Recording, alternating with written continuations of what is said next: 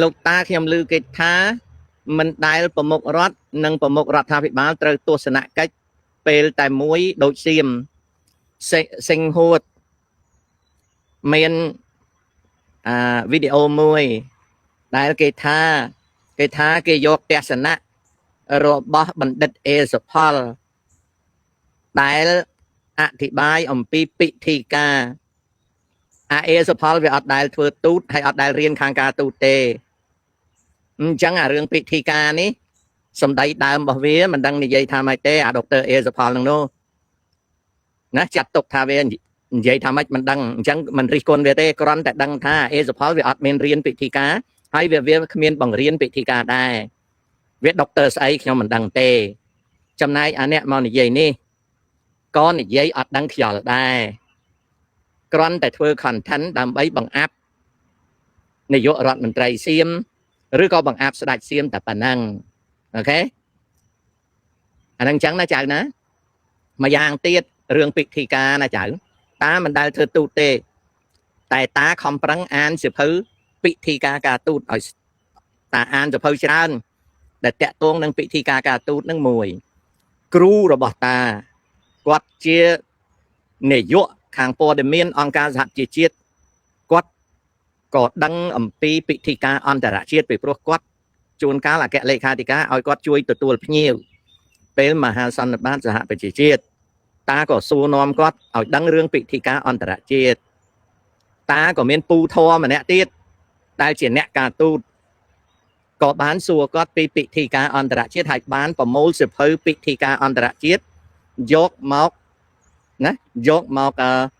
អានដើម្បីចង់ដឹងពីព្រោះតាត្រូវការចង់ចេះដឹងពីពិធីការអន្តរជាតិនិងពិធីការជាតិអញ្ចឹងចាំតានិយាយប្រាប់ខ្លះអំពី protocol អូខេឥឡូវតាទិញសភៅយកមក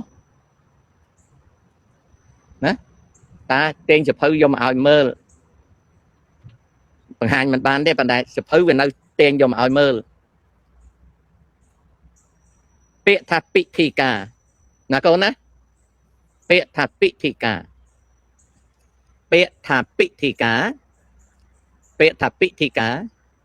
មានចែកចេញជាពិធីការប្រចាំរដ្ឋនីមួយពិធីការទូតនិងពិធីការអន្តរជាតិហើយក៏មានចែកទៅជាពិធីការដតីទៀតវាជាពិធីការ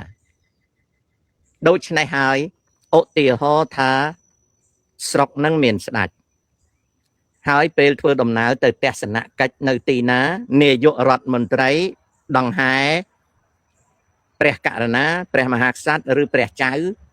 ទៅទស្សនកិច្ចផ្លូវរដ្ឋនៅបរទេសសំណួរសួរថា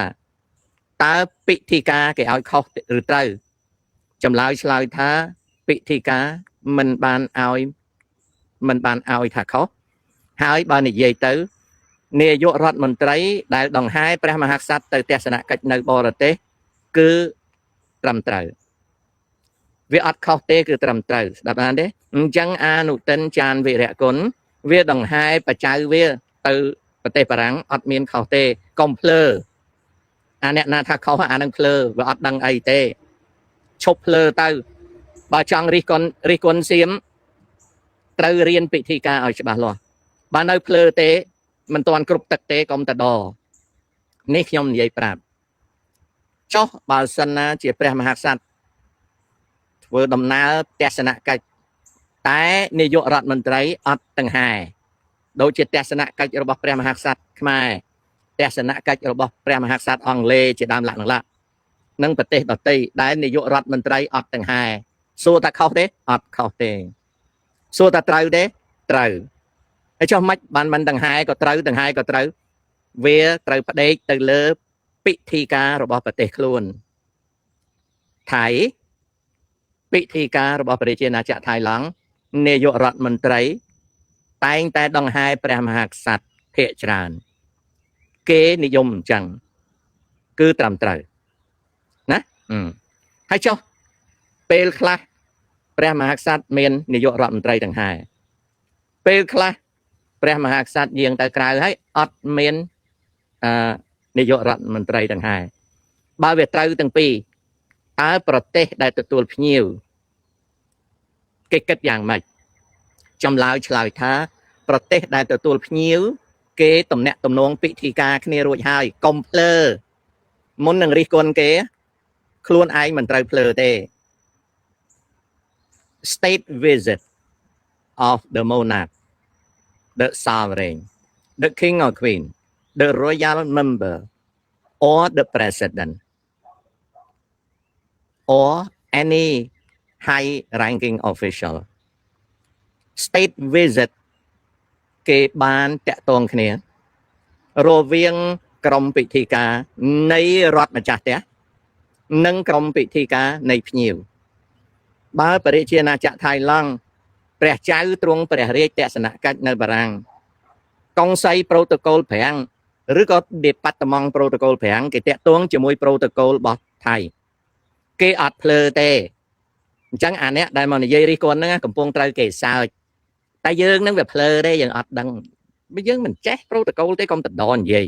អញ្ចឹងអា clip មួយដែលផ្សាយហ្នឹងអាអ្នកយកមកផ្សាយហ្នឹងវាអត់ដឹងខ្យល់អីទេអនុទិនវាទាំងហែបច្ចៅវាទៅសពហើយចុះដល់ពេលវាដើរដែលថតរូបមកឃើញវាដើរទៅវាទុចនៅមួយកន្លែងណាត្រូវដឹងថាអានោះគេហៅថាការឆ្គំឆ្គងដោយសារអនុទិនហ្នឹងវាមិនដែលបានធ្វើនាយករដ្ឋមន្ត្រីញឹកញយទេដូច្នេះហើយជួនកាលវាមានការប្លន់ភ្លាំងដែលការប្លន់ភ្លាំងនេះការដែលភ្លេចភ្លាំងនេះឬក៏ការដែលឆ្គំឆ្គងនេះគេអត់ចាត់ទុកថាជា international embarrassment ទេមានន័យថាគេអត់ចាត់ទុកថាជាការខ្មាស់អៀនទេពីព្រោះអានោះគឺជារឿងឆ្គំឆ្គង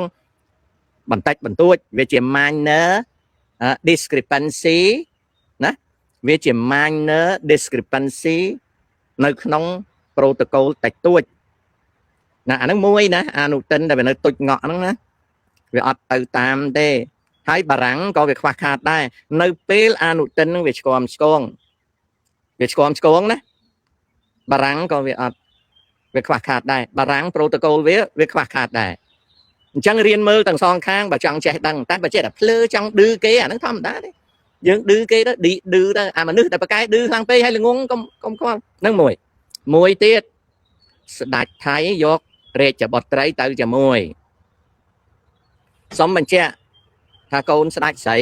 ដែលគេរំពឹងទុកថាឡើងសោយរាជនោះស្លាប់បាត់ទៅហើយនាងនឹងស្លាប់បាត់ទៅហើយនៅសល់កូនស្រីមួយនេះនាងនឹងអលេះអឡក់ទេគ្នាក្មេងពីដើមឡើយនាងនឹងគេស្ដេចសៀមបោះបង់ចោលទេឲ្យដឹងរឿងស្ដេចសៀមខ្ញុំដឹងតាំងពីលើគ្រែក្នុងគ្រែក្រោមគ្រែតែខ្ញុំមិនយកមកនិយាយពីព្រោះវាជា privacy របស់គេនាងកូនស្ដេចនេះមិនមែនជាបុត្រីរាជបុត្រីដែលស្ដេចថៃណាមិនមែនជារាជបុត្រីណាត្រូវយកតាមទេហើយនាងនឹងត្រូវបានឪពុកនឹងតាំងពីចាប់ផ្ដើមឡើងសោយរាជនឹងទម្លាក់ចោលនាងនឹងតែជំនឿហោរាសាស្ត្រទោះទាយថាស្ដេចរចលាលង្កននឹងស្ដេចរាមាទី10នឹងឡើងសោយរាជបុណ្យបារមីទី1ត្រូវដូរប្រពន្ធទី2ត្រូវយកនាងនឹងមកវិញពីព្រោះនាងនឹងវាជាមង្គលរបស់រាជក៏តែយកនាងនឹងមកវិញនាងនឹងពីដើមស្ដេចនឹងក៏ទាត់ចោលទេដាប់បានទេហើយក៏យកមកវិញដល់យកមកវិញឥឡូវនឹងកូនស្រីជាទីសំណប់របស់បច្ចៅទី10នឹងស្លាប់បាត់ទៅក៏យកនាងនឹងដើរនាងនឹងគាត់អលេះអឡក់ទេគ្នាក្មេងគ្នាអត់ចេះពិធីការច្រើនទេជួនកាលភ្លេចទាំងស្ពះឪទៀតដល់បានទេចំណែកឯកូនប្រុសវាអត់ទាន់គ្រប់ពេលដែលដើរហើយកូនប្រុសហ្នឹងក៏គ្នាមានបញ្ហាខ្ញុំនិយាយពាក្យប៉ុណ្ណឹងដឹងហើយសូមបញ្ជាក់ណាកូនប្រុសដែលក្មេងហ្នឹងក៏គ្នាមានបញ្ហាហើយកូនស្រីនេះក៏មានបញ្ហាខ្ញុំប្រើពាក្យប៉ុណ្ណឹងត្រូវយល់ហើយសួរថាម៉េចបានវាមានបញ្ហាច្រើនម៉េច10រាជហើយវាមានបញ្ហាច្រើនណាស់អានោះអញ្ចឹងប៉ុណ្ណឹងដល់ពេលយកនាងនឹងទៅបារាំងនាងនឹងអត់ចេះ protocol នៅពេលដែលស្ដេចនឹងមហេសីឡើងទៅជាមួយនឹងម៉ាក្រុង អាកម្មចិនដើហ្នឹងគេអត់ឲ្យអ្នកណាជន់ឡើងមុនស្ដាច់ឡើងទៅដល់ចុងទេអញ្ចឹងនាងហ្នឹងដើរទៅវាទុចងក់ក៏ងាកមកឈរចាំដើម្បីមើលដានជើងគេឡើងទៅចប់អាហ្នឹងបាននេះហើយសួរថា protocol បារាំងវាតម្រូវអញ្ចឹងឯងអត់ទេ protocol ស្ដាច់គេអត់អាចដើរនៅពេលស្ដាច់ហ្នឹងជន់ឡើងអញ្ចឹងបើគេដើរជាបរិយាវង្សបានតែបើគេដើរជា protocol ពេញអង្គគេត្រូវឈរចាំឲ្យស្ដាច់ទៅដល់ជន់លើសិនទើបនាងហ្នឹងទុចកងែកកងក់ហ្នឹងណាយើងរិះគន់គេយើងឲ្យមានការចេះដឹងផងនៅពេលដែលខ្លួនយើងអត់មានការចេះដឹងហើយយើងសើចគេប្រៀបបាននឹងយើងដើរចេញមកយើងភ្លេចស្លៀកខោអូខេមានការរិះគន់មួយទៀតរិះគន់នឹងកូនស្ដេចស្រីហ្នឹងអានសារបារាំងរតិរតប់រដិបរដប់ណាហើយយកទៅប្រៀបនឹង Jenna ដែលកើតនៅស្រុកប្រាំងណាអ្នកនិយាយនឹងបានសើចលេងគេទេតែខ្លួនឯងនឹងអត់ដឹងខ្យល់អីទេចុះបើស្ដាច់ខ្លួនឯងយើងអត់ដឹងប្រពៃណីយើងទៅដឹងប្រពៃណីគេអ្ហ្មិចអាហ្នឹងមួយទៀតណាយើងទៅសើចគេត្រង់គេនឹងអានរតិបរតប់ហើយចុះបើមិនចេះណាបើមិនចេះគេអានតាមមិនចេះហើយណា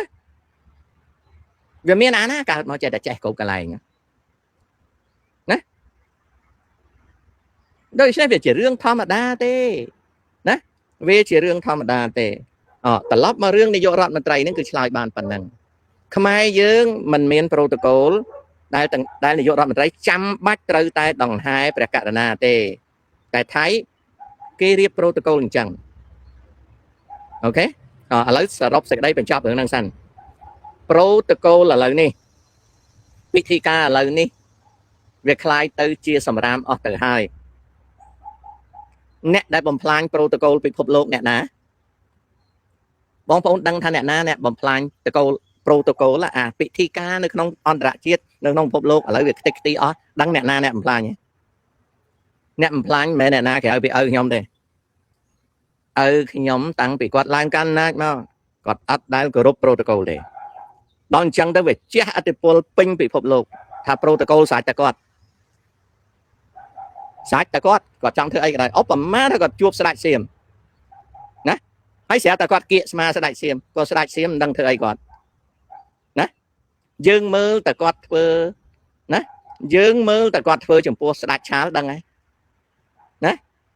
ការដែលលាដៃឲ្យផ្ដេកដៃចាប់ដៃស្ដេចណាវាអស់ហើយអស់និយាយកើតហើយដូច្នេះហើយកាលណាឪខ្ញុំគាត់អត់គោរព protocol អត់មានអីទេ protocol លាយ protocol ឲ្យតែឪខ្ញុំទៅកន្លែងណាលាយឡើងហ្នឹងពីព្រោះគាត់អត់គោរព protocol នេះគឺជាបញ្ហាមួយធំណាដល់បានទេបញ្ហាធំណាដែលមេដឹកនាំមហាអំណាចអត់គោរព protocol ណាធ្វើអីស្រាញ់យ៉ាងចិត្តណាបញ្ហាវាបានទៅសន្តាប់ធ្នាប់ណាបានគេប្រើពាក្យថា world order សន្តាប់ធ្នាប់ពិភពលោកវាញ៉ៃឧបមាថាឪខ្ញុំគាត់ជួបលួងសីហមុនីហើយស្រាប់គាត់ថាលួងមានអីជាប់ក្បាលស្រាប់គាត់មកចាប់ស្អីពីក្បាលឲ្យលួងថាម៉េចយើងស្ដាច់ប្រទេសតូចឲ្យថាម៉េចតើប្រទេសកម្ពុជាទៅតវ៉ាជាមួយនឹងប្រធានាធិបតីមហាអំណាចថាម៉េចក៏មកស្ទាបក្បាលស្ដាច់ខ្ញុំម៉េចថាអត់បានទេប្រទេសគេមហាអំណាចអញ្ចឹងនៅពេលដែលស្ដាច់មហាអំណាចគេអត់គោរពprotocol គេអត់គោរពហើយគឺចប់ហើយដូចប្រជុំ G7 នៅស្រុកប្រាំងអញ្ចឹងឪខ្ញុំគាត់មកយឺតគាត់ចូលមកដល់គាត់ថាគាត់ប្រាប់មកថាខ្ញុំច្បាយត្រូវមកយឺតអញ្ចឹងអ្នកទាំងអស់គ្នានៅក្នុងកន្លែងប្រជុំហ្នឹងត្រូវសើចសួរថាខុសទេដែលមកយឺតហើយហ៊ាននិយាយពាក្យហ្នឹងនិយាយថាខ្ញុំច្បាយមកយឺតអញ្ចឹងហើយដល់បានទេអញ្ចឹងពិធីការឥឡូវដូរច្រើនណាអូខេឥឡូវមកចប់ទៀតរឿងពិធីការតើពិធីការកើតមកសម្រាប់តែគេគោរពឬអត់ទេចុះបើប្រទេសមួយមិនគោរពពិធីការអត់មានណាហ៊ានថាអីទេអត់មានណាមានថាអីតែណាអត់មានអ្នកណាអាចថាអីទេពីព្រោះអានោះវាអត់មានច្បាប់ដែលកំណត់ទេពិធីប្រទេសទាំងអស់ត្រូវគោរពពិធីការវាអាស្រ័យទៅរវាងសម្ព័ន្ធឧទាហរណ៍យើងតាក់ទងថៃឬតាក់ទងវៀតណាមឬតាក់ទងចិនវាអាស្រ័យទៅដោយទាំងពីរខាងហ្នឹងត្រូវព្រមគ្នាបើទាំងពីរខាងហ្នឹងព្រមគ្នាណាហ ហើយចុះពិធីការចេះខ្មាស់ទេចេះតែដល់សម័យឪខ្ញុំលែងខ្មាស់បាត់ណាសម័យឪខ្ញុំឡើងកាន់អំណាចលែងខ្មាស់បាត់សប្តាហ៍ថ្ងៃអបប្រមាណថាជួបគ្នាគេឲ្យស្លៀកពាក់ខោអាវតាមត្រូវចាប់តែគាត់ស្លៀកខោស្លីបចេញទៅជួបក៏មិនដឹងអាណាធ្វើម៉េចគាត់ជាមេដឹកនាំអំណាចពិភពលោកអាណាទៅហ៊ានធ្វើអីគាត់អញ្ចឹងពិធីការឥឡូវគឺស្ថិតនៅក្នុងលក្ខណៈសាបសូន្យណាអាហ្នឹងអញ្ចឹងអូខេកូនណាតើការសាក់យ័ន្តនិងប្រពៃណីពាក់បន្តោងវត្ថុស័ក្តិសិទ្ធិជាប់នឹងខ្លួនគឺទទួលឥទ្ធិពលពីសៀមក្រោយសម័យអង្គរមែនទេលោកតាអត់ទេការសាក់យ័ន្តហើយនឹងពាក់បន្តោងពាក់ឆ្អឹងពាក់ខ្នាយពាក់ភ្លុកពាក់ចែឬក៏ពាក់កូនព្រះនេះជាប្រពៃណីរបស់មនុស្សបើគិតទៅវាប្រហែលជា6000ឆ្នាំឡើងលើវាជាប្រពៃណីរបស់មនុស្សដែលវាកើតឡើងជាវប្បធម៌របស់មនុស្សនោះ6000ឆ្នាំឡើងលើគ្មានប្រទេសណាអាចនិយាយថាជាម្ចាស់នៃវប្បធម៌ហ្នឹងទេចប់ឆ្លើយខាងនេះម្ដងណា